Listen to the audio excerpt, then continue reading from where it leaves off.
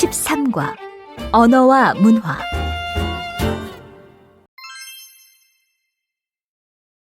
나라와 문화, 시대에 따라 동물의 상징성과 그에 대한 생각이 다르다. 단군 신화에서 곰은 인간이 되기 위해 쑥과 마늘을 먹으며 21일을 견디어낸 인내심이 강한 동물로 인식된다. 그러나 곰의 크기가 크고 긴 겨울잠을 자는 특성 때문인지 한국에서는 행동이 느리고 어리석은 사람을 가리켜 곰 같은 사람이라고 한다.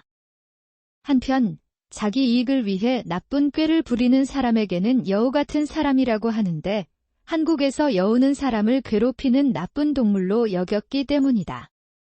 그러나 일본에서는 여우가 농사가 잘 되도록 도와주는 고마운 동물이라고 생각하여 해마다 2월에 농사의 신인 여우에게 제사를 지낸다고 한다. 나라와 문화, 시대에 따라 동물의 상징성과 그에 대한 생각이 다르다. 나라와 문화, 시대에 따라 동물의 상징성과 그에 대한 생각이 다르다. 나라와 문화, 시대에 따라 동물의 상징성과 그에 대한 생각이 다르다.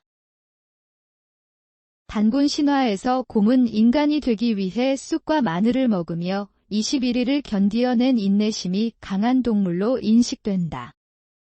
단군 신화에서 곰은 인간이 되기 위해 쑥과 마늘을 먹으며 21일을 견디어낸 인내심이 강한 동물로 인식된다.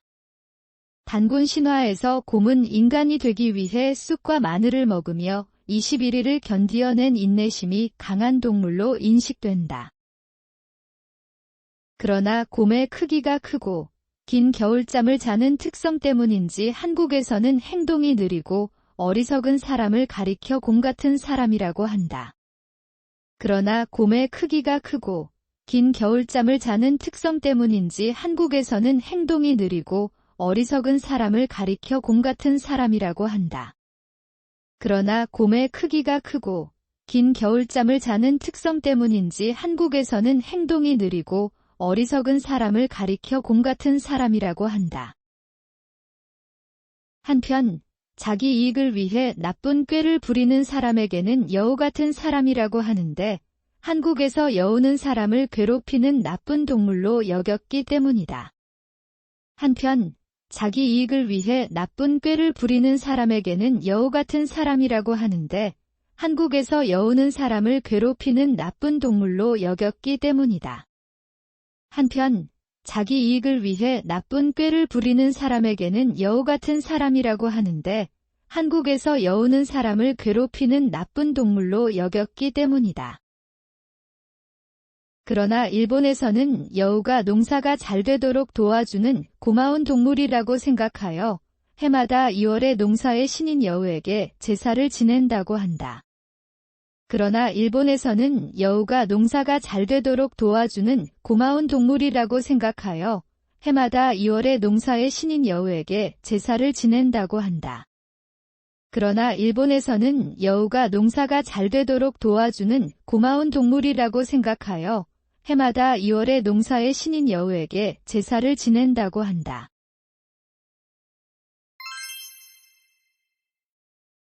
나라와 문화, 시대에 따라 동물의 상징성과 그에 대한 생각이 다르다. 단군 신화에서 곰은 인간이 되기 위해 쑥과 마늘을 먹으며 21일을 견디어낸 인내심이 강한 동물로 인식된다. 그러나 곰의 크기가 크고 긴 겨울잠을 자는 특성 때문인지 한국에서는 행동이 느리고 어리석은 사람을 가리켜 곰 같은 사람이라고 한다. 한편 자기 이익을 위해 나쁜 꾀를 부리는 사람에게는 여우 같은 사람이라고 하는데 한국에서 여우는 사람을 괴롭히는 나쁜 동물로 여겼기 때문이다. 그러나 일본에서는 여우가 농사가 잘 되도록 도와주는 고마운 동물이라고 생각하여 해마다 2월에 농사의 신인 여우에게 제사를 지낸다고 한다. 나라와 문화, 시대에 따라 동물의 상징성과 그에 대한 생각이 다르다. 단군 신화에서 곰은 인간이 되기 위해 쑥과 마늘을 먹으며 21일을 견디어낸 인내심이 강한 동물로 인식된다. 그러나 곰의 크기가 크고 긴 겨울잠을 자는 특성 때문인지 한국에서는 행동이 느리고 어리석은 사람을 가리켜 곰 같은 사람이라고 한다. 한편 자기 이익을 위해 나쁜 꾀를 부리는 사람에게는 여우 같은 사람이라고 하는데 한국에서 여우는 사람을 괴롭히는 나쁜 동물로 여겼기 때문이다. 그러나 일본에서는 여우가 농사가 잘 되도록 도와주는 고마운 동물이라고 생각하여 해마다 2월에 농사의 신인 여우에게 제사를 지낸다고 한다.